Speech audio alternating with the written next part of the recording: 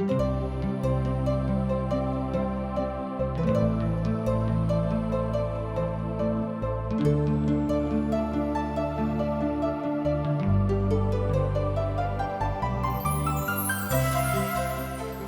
कहै छथि कि पापक मजूरी तो मृत्यु अछि, मुदा परमेश्वर के वचन हमरा प्रभु यीशु मसीह में अनंत जीवन अछि।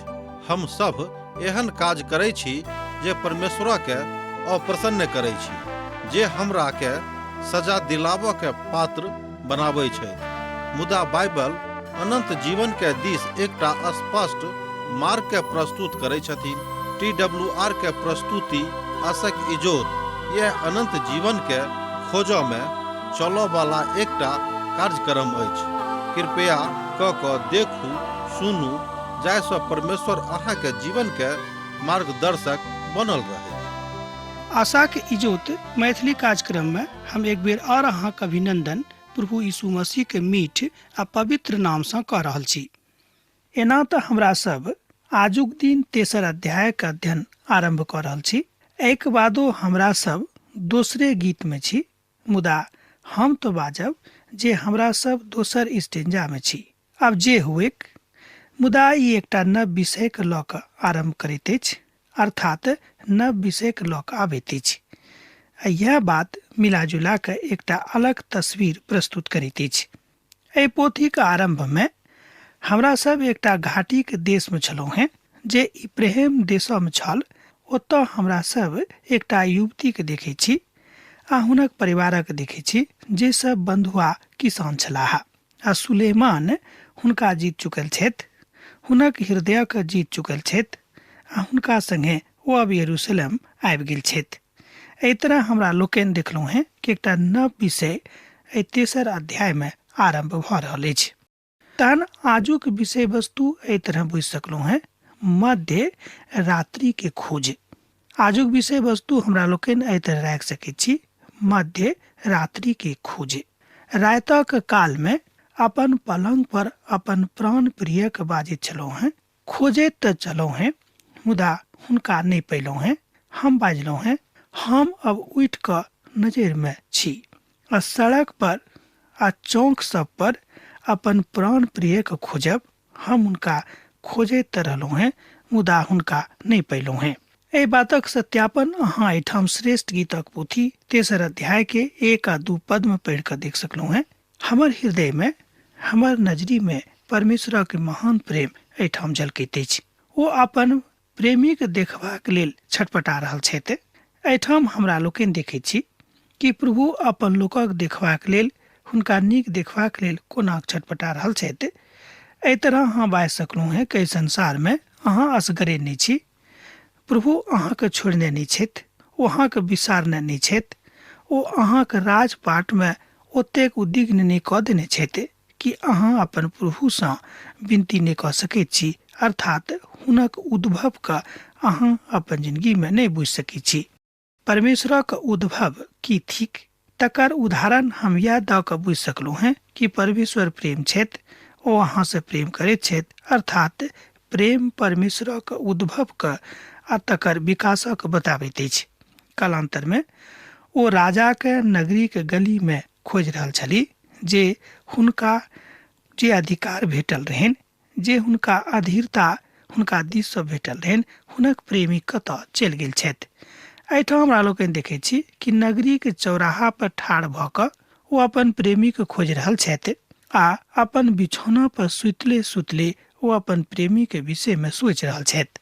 ओ अहाँके स्वर पाड़ि रहल छथि, ओ बाजि रहल छथिन कि हम अहाँके स्वर पाड़ब, कियाक ओ बड़ अद्भुत आत्मिक रिश्ता के विषय में बता रहल अछि।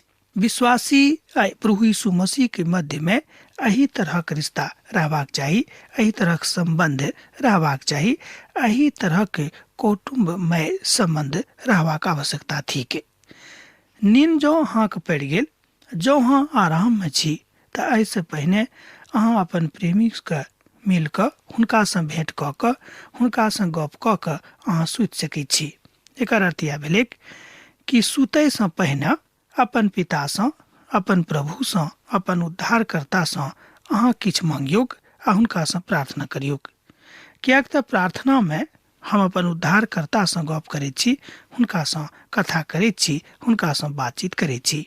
आगाँ जहन बड़का दिन अछि तऽ राति सेहो आरामक महिमा करैत अछि, अर्थात राति आराम सँ करवट लऽ रहल अछि। आवश्यकता यह थिक कि जहन अहाँ आराम में छी, जहन अहाँ कोनो तरहक संकोचित अवस्था में नहीं छी, तहन अपन सुतबाक काल में अपन आत्मिक जिंदगी के बढ़ोतरी के लेल जे प्रभु अहाँके आज्ञा देने छथि से अहाँ करियौ। आ तथ्य यह भेल कि प्रभु के प्रशंसा कऽ कऽ कि हे प्रभु हमर अहाँ दिन भर रक्षा रखवाली कैलहुँ हैं, एहिके लेल धन्यवाद, ई बाजि कऽ अहाँ अपन बिछौना पर जा सकलहुँ हैं। प्रभु यीशु मसीह बड नीक छथि। ओ अहाँ सँ सर्वोच्च प्रेम करैत छथि, किएक तऽ हुनक प्रेम निष्कपट छनि। ओ कोनो बातक लऽ कऽ अहाँ सँ प्रेम नहि रखैत छथि, कोनो कारणे अहाँ सँ प्रेम नहि करैत छथि। प्रभु यीशु मसीह अहाँक संगे हमरा संगे बड सकारात्मक भावक प्रेम राखैत छथिन और वो एही बातक बड स्पष्टता सँ बाजैत छथि। हम जागल रहैत छी, किएक तऽ हमरा मालूम अछि कि हमर लोक आराम कऽ रहल छथि। प्रेमिका अपन प्रेमी के बिछौना पर खोजि रहल छथि, हुनक कल्पना कऽ रहल छथि कि हमर प्रेमी केहन छथि। नगरीक गली में जाकऽ ओ खोजनाइ आरंभ कऽ देने छथि। ई त्यागक दिस, बलिदानक दिस बताबैत अछि। अहाँके प्रेम, अहाँके प्यार कतेक नीक अछि, कतेक स्वर्गीय अछि, एहि बातक दिस इशारा करैत अछि। आ समर्पणक बाजैत अछि जे प्रेमिका अपन प्रेमी के अपन यीशु के खोजि रहल छथि।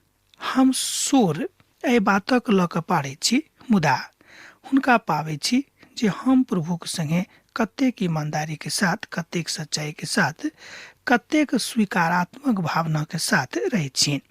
लोक प्रभु यीशु मसीह के जानैत छथि, लोक हुनका विषय में सुनैत छथि, लोक हुनका विषय में पढ़ैत छथि, मुदा हुनका से प्रेम हुनका भेल छनि कि नहि, ओ हुनक प्रेमिका बनल छथि कि नहि, एहि बातक दिस विशेष ध्यान देबाक अछि। कलिसिया में विशेष कऽ कऽ एहि बातक लेल प्रार्थना करबाक अछि, मंडली के एहि बातक लेल प्रार्थना करबाक अछि, मंडली के अगुआ के एहि बातक सिखेबाक अछि कि अहाँके अपन यीशु के अपन प्रेमी बनेबाक अछि, किएक तो अहाँके प्रेमी बनबाक लेल ठाढ़ छथि। हुनक हृदय आ हुनक हृदय के गहराई आ हुनक हृदय के गहराई के सच्चाई में जे बातो खोज रहल छथि ओ ई थिक कि यीशु अहाँ से प्रेम राखैत छथिन आर हुनक प्रेम अहाँके ओहि सर्वोच्च पराकाष्ठा के दिस लऽ जाइत अछि जतऽ परमेश्वर सैद घड़ी विराजमान छथि। याकूबक पोथी तकर 4 अध्याय 8 पद में एही बातक बतायल गेल अछि। प्रभुक नीक आउ तऽ ओ सेहो अहाँक लग में औताह। हे पापी सब, अपन हाथक शुद्ध करू और हे मोन, अहाँ अपन प्रभुक लग चलि, अपन हृदय के पवित्र करू। ए बातक एठाम याकूबक पोथी 4 अध्याय के 8 पद कहैत अछि। जँ अहाँ सुनऽ चाहैत छी तऽ हमरा संगे खोलि लिअ याकूबक पोथी 4 अध्याय के 8 पद का। प्रभुक निकट आउ तऽ ओ सेहो अहाँक लग में औताह। हे पापी सब, अपन हाथक शुद्ध करू और हे दू मौन वाला लोक, अपन हृदय के पवित्र करू। अब तऽ स्पष्ट भऽ गेल हैत कि परमेश्वर अहाँ से की बाजि रहल छथिन, अहाँ से की गप कऽ रहल छथि। प्रभुक लेल अपन मनक पवित्र करू, तहन ओ अहाँके पवित्र करताह। अर्थ यह भेलेक एहि बातक के, एहि पदक के, परमेश्वर के वचन के। श्रेष्ठ गीतक पोथी 3 अध्याय में छी हमरा लोकनि, आ तकर 3 पद के देखियौ। आ जे पहरुआ नगर में घूमे छलाह ओ हमरा सँ भेटलाह। हम हुनका सँ पुछलहुँ हैं कि अहाँ हमर प्राण प्रिय के देखलहुँ हैं। 3 पद में एहि तरह बजावल गेल अछि, एहि तरह बताओल गेल अछि। आ जे पहरुआ नगर में घूमे छलाह ओ हमरा सँ भेटलाह। हम हुनका सँ पुछलहुँ हैं कि अहाँ हमर प्राण प्रिय के देखलहुँ हैं। पहरुआ अर्थात दरबान प्रेमिका के प्रेमी के बातक के, हुनक पता के पूछि रहल छथि। ओ अपन प्राण प्रिय के पता हुनका से पूछि रहल छथिन। शायद ओ जानैत हैत, शायद ओ हुनका देखने हेतिक। एहिठाम हमरा लोकनि प्रेमक के पराकाष्ठा देखै छी। एकटा प्रेमिका अपन प्रेमी के खोजि रहल अछि अर्थात ई मध्य रात्रि के खोज थिक। ध्यान रखबे, ई मध्य रात्रि के खोज थिक। तय हम कहलहुँ कि एहिठाम हमरा लोकनि प्रेमिका के प्रेमो के पराकाष्ठा के देख रहल छी। जाय बातक अनुभूति अहाँ तहने कऽ सकलहुँ हैं जहन अहाँ हृदय सँ अपन प्रभु सँ प्रेम राखै छी। श्रेष्ठ गीतक पोथी 3 अध्याय 4 पद। हमरा हुनका लग सँ आगाँ बढ़ला कनिके काल भेल छल कि हमरा हमर प्राण प्रिय भेट गेला। हम हुनका पकड़ि लेलहुँ हैं आ हुनका जाय नहीं देलियन। ताबे धरि हुनक माताक सोर अर्थात अपन जननी के कोठली में लऽ अनलहुँ हैं। एहि तरह हमरा लोकनि देखै छी कि हुनका अर्थात प्रेमिका के प्रेमी सँ भेंट भऽ गेलनि, कियाकि मध्य रात्रि के खोज छल। ध्यान रखबे, कियाकि मध्य रात्रि के खोज छल। हमर मित्रवर, हुनक खोजवला जे कियो हुनक खोजनिहार छथि बड़ अद्भुत छथि आ हुनका बड़ अद्भुत इनाम सेहो भेटनि। हम पयलहुँ हैं हुनका जिनका सँ हमर हृदय प्रेम करैत छल। एहिठाम पुनः बतावल गेल अछि बा बतावल जा सकै छै। एकटा प्रभुक महान दास एहि बातक अभिव्यक्ति अपना शब्द में एहि तरह करैत छथि। कने अहूँ सुनियोग। ओ कहै छथिन कि प्रेमिका अपन प्रेमी सँ ततेक नेह लगौने छथि कि मध्य रात्रि के काल ई नहीं लागैत अछि कि मध्य रात्रि भऽ गेल अछि, कि रात अन्हरिया अछि, कि हम दिन में छी कि राति में छी। हुनका कोनो होश हवास नहीं छनि। ओ अपन प्रेमी के खोज रहल छथि। अर्थात प्रेम के पराकाष्ठा के सानिध्य एहिठाम बतावल गेल अछि। प्रभु सँ एही तरह के सानिध्य, एही तरह के प्रेम करबाक आवश्यकता हमरो अछि, अहूँ के अछि।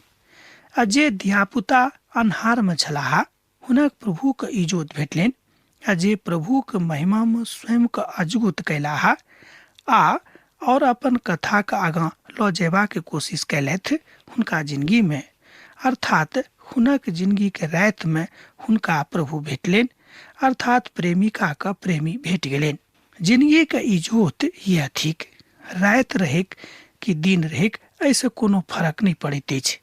अन्हरिया कुप रात रहेक ऐसे कोनो फर्क नहीं पड़ैत अछि। कियाक तऽ जँ अहाँके जिंदगी के इजोत जे प्रभु यीशु मसीह छथि जँ चमक रहल अछि तऽ अहाँके प्रभु सँ भेंट भऽ जायत। एहि तरह हमरा लोकनि देखै छी कि प्रेमिका के प्रेमी सँ भेंट भऽ गेलनि, अर्थात प्रभु यीशु मसीह के सहभागिता हुनका भेट गेलनि। हुनका जिंदगी में जाय बातक के परम आवश्यकता रहनि, जाय बातक बेसी जरूरत रहनि, जाय बातक बुझबा के महान पराकाष्ठा हुनक जिंदगी में रहनि, ओहि बातक ओ बुझ गेल रहथि। एहिठाम प्रभु के बंधन में अर्थात प्रभु यीशु मसीह के प्रेमक बंधन में ओ बन गेल रहथि। ओ चाहैत रहथि कि हम हुनक बंधन में बन्हाबी, जाय सँ प्रभु सैत घड़ी हमरे लग में रहत, हमरा छोड़ कर नहीं जायत। दोसर गप में हमर प्रेमी हमरा छोड़ कर नहीं जायक। कहियो प्रभु नहीं चाहैत छथि कि ओ अहाँके छोड़ के जायक, हमरा छोड़ के जायक। मुदा हमरे सब एहन छी कि हमरा सब प्रभु के बेर बेर छोड़ दै छियनि। कि अहाँ एहि बातक स्मरण राखैत छी, कि अहाँ एहि बातक जानक इच्छा राखैत छी कि प्रभु यीशु अहाँ सँ प्रेम करैत छथि, ओ अहाँके खोज रहल छथि एकटा प्रेमी बनि कऽ। तहन कि हमरा सब हुनक प्रेमिका बनि कऽ हुनका खोज रहल छियनि। ई बात बा एहि बातक उत्तर हमरा सबके स्वयं देबाक अछि।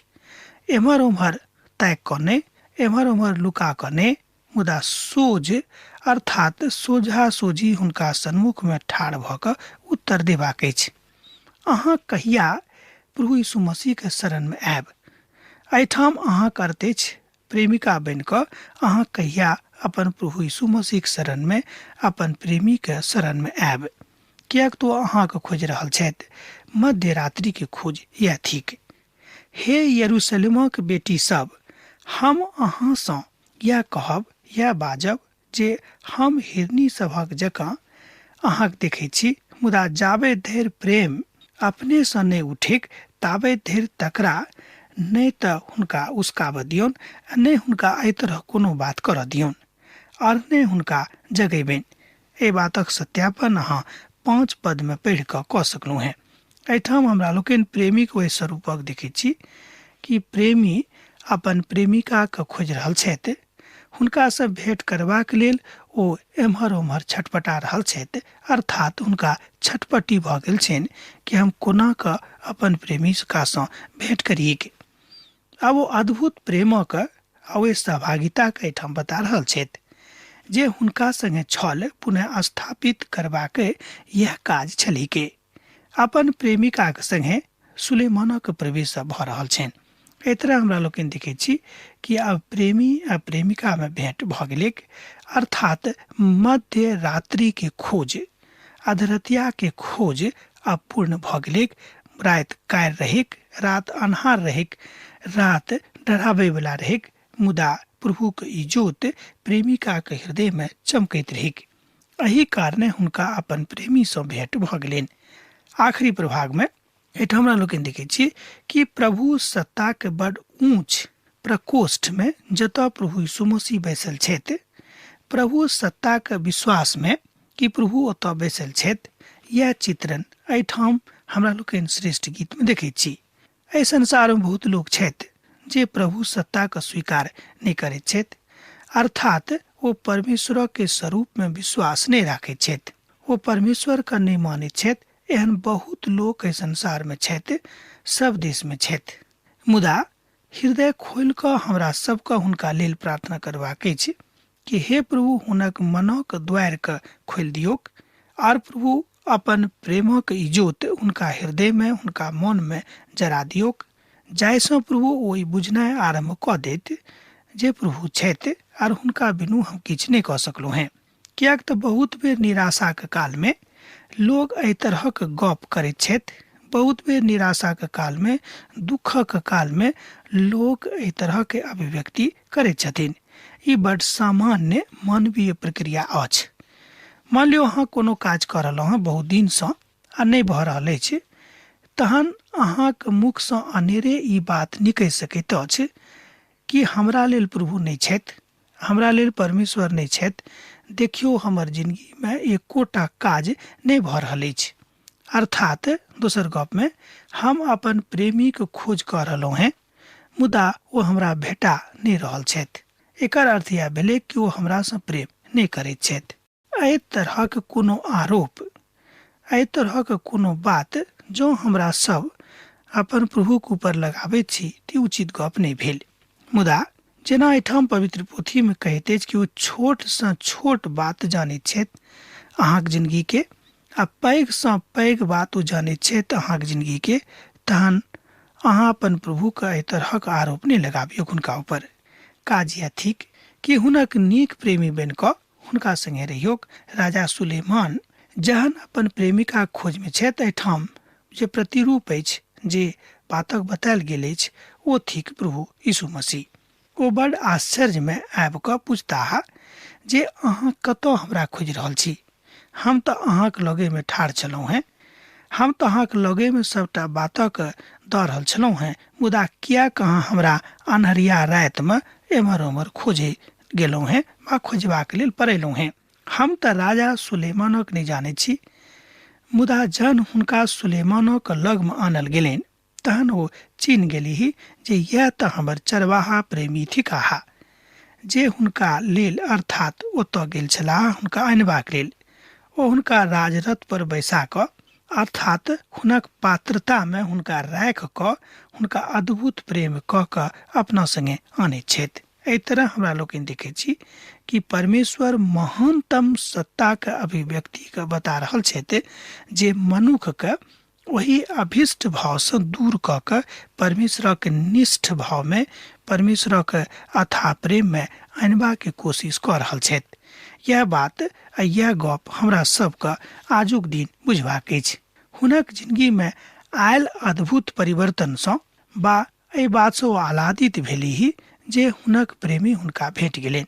यह आनंद, यह प्रेम प्रभु यीशु मसीह आजुक दिन में अहाँक दिअ चाहैत छथि। ओ अहाँक लेल शीघ्रता में एहि बातक करऽ चाहैत छथि। तहन कि अहाँ तैयार छी हुनक प्रेमक प्राप्ति करबाक लेल? अहाँ स्वयं के टटोल के देखियौक, अपन हृदय के देखियौक कि अहाँ हुनक प्रेमिका बनबाक लेल तैयार थिकौ हैं। एहिठाम स्वर्ग धाम अहाँक लेल खुजल अछि। एहिठाम प्रभु यीशु मसीह अहाँक लेल बैस कऽ अहाँके बजा रहल छथि कि अहाँ हुनक स्वरके सुनि रहल छी। जँ अहाँ हुनक स्वरके सुनि रहल छी तहन हुनक अथाह प्रेममे एहि बातक बुझि सकलहुँ हैं। पहिल थेसलोनिकक पोथी 4 अध्याय आ तकर 16 आ 17 पदक जँ अहाँ देखबै तऽ पायब कि ओ अहाँक लेल की आज्ञा दऽ रहल छथि। ओहिठाम एहि तरह बाजैत छथि कि सर्वदा आनन्दित रहू आ निरंतर प्रार्थना में लागल रहूं। पहिल थेसलोनिकक पोथी 4 अध्याय 16 आ 17 पद। की अछि जे गुराई के खामक जकाँ अछि आ गंधरस और लोबान सँ सुगंधित और व्यापारिक सब प्रकारक बुकानी लगनोइने अछि आ जंगल सँ नीक सब आबैत अछि। एहि बातक अहाँ एहिठाम देख सकैत छी श्रेष्ठ गीतक पोथी तकर 3 अध्याय आ तकर 6 पद में। एहिठाम सुलेमानक विषय में बखान अछि। ओ अपन अर्धांगिनीक संगे यरूशलेम में रथ पर सवार भऽ कऽ जा रहल छथि आ जतेक महिमा आ भव्यता सुलेमानक रहनि तकर बखान करनाइ बड मुश्किल अछि। मुदा एहिठाम ओहि बखानक बताओल गेल अछि कि ओ अपन संपूर्ण भव्यता में अपन जीवन संगनी के संगे यरूशलेम में प्रवेश कऽ रहल छथि। एहिठाम हमर मित्रवर हमर भाई बहिन एहि बातक बुझबाक अछि कि जहन अहाँ प्रभु यीशु मसीह सँ एहि रीति सँ प्रेम करनाइ आरंभ कऽ देबै तहन अहाँ परमेश्वर के संपूर्ण भव्यता में, हुनक संपूर्ण सुंदरता में, हुनक सर्वोच्च शक्ति के पराकाष्ठा में अहाँ स्वयं का हुनका संगे पायब, कियाक तऽ अहाँ अब हुनक दुल्हिन बनि गेलहुँ हैं। अब हमरा सभक हुनक दुल्हिन बनबाक आवश्यकता अछि, कियाक तऽ जाबे धरि हमरा सब हुनक नीक दुल्हिन नहीं बनबे ताबे धरि ओ हमरा सब गोटे के स्वीकार नहीं करता हा। कियाक तऽ परमेश्वर पवित्र छथि और कोनो अपवित्र वस्तु हुनका पसंद नहीं छनि। कोनो परिस्थिति में परमेश्वर अपवित्रता के साथ, पापक के साथ समझौता नहीं करता हा। ई बात हमरा सब गोटे के गांठ बांध के रखबाक अछि, कियाक तऽ यह बात हमरा सब गोटे के सीखबाक अछि। मसीह के सोनित अर्थात यीशु के सोनित स्वयं एहि बातक सुगंधित कऽ दैत अछि कि अहाँ हुनक सोनित सँ स्वयं के नहा कऽ पवित्र कऽ सकैत छी और अपन जिंदगी के अपन प्रेमी के लेल तैयार कऽ सकैत छी। देखियौ, ई सुलेमानक पालकी अछि आ हमरा तकर चारू कात इजरायलक सुरवीर सँ ओ 60 जे हुनक वीर सब छलनि हुनका लग में ठाढ़ छिक। एहि बातक सत्यापन अहाँ कऽ सकैत छी श्रेष्ठ गीतक पोथी तकर 3 अध्याय आ तकर 7 पद के पढ़ि कऽ। हुनक पालकी के हुनक लोकक इस्राएलक सुरवीर लऽ जा रहल छथि आ जे दुखक मुसीबतक दुनिया में रहत अब वो दुखक और मुसीबतक दुनिया में नहीं, मुदा अब वो राजा के दुनिया में जा रहल छथि, अपन राजा के दुल्हिन बन कऽ यरूशलेम में प्रवेश कऽ रहल छथि। एहिठाम ई बात बतायल गेल अछि कि अब अहाँ अपन परमेश्वरक संगति में छी आर हुनके संगे अहाँ अब बनल रहू। अब तऽ अहाँ से हमर विदा होय के बेरा भऽ गेल, हमरा विदा दिअ। जेना अहाँ सब हमरा एहिठाम पाती लिखैत रहैत छी, लिखैत रहब, हमरा बिसरायब नहि। प्रभु यीशु मसीह के नेह अहाँ के जिंदगी में सैद घड़ी बनल रहे। आमीन। हमर विश्वास अछि कि ई कार्यक्रम अहाँ के लेल लाभदायक सिद्ध अछि। हम चाहै छी कि अहाँ अपन आशीषक के हमरा संग साझा करू। जँ अहाँ के नजीक बाइबल सँ आ जीवन सँ संबंधित कोनो प्रकार के प्रश्न भऽ सकै अछि तऽ अपन समस्या के लेल प्रार्थना करबा के लेल जँ चाहै छी तऽ हमरा फोन नंबर पर जरूर संपर्क कऽ सकै छी। परमेश्वर अहाँ सब के लेल एकटा सुंदर, सुखद, आनंदित दिन प्रदान करै।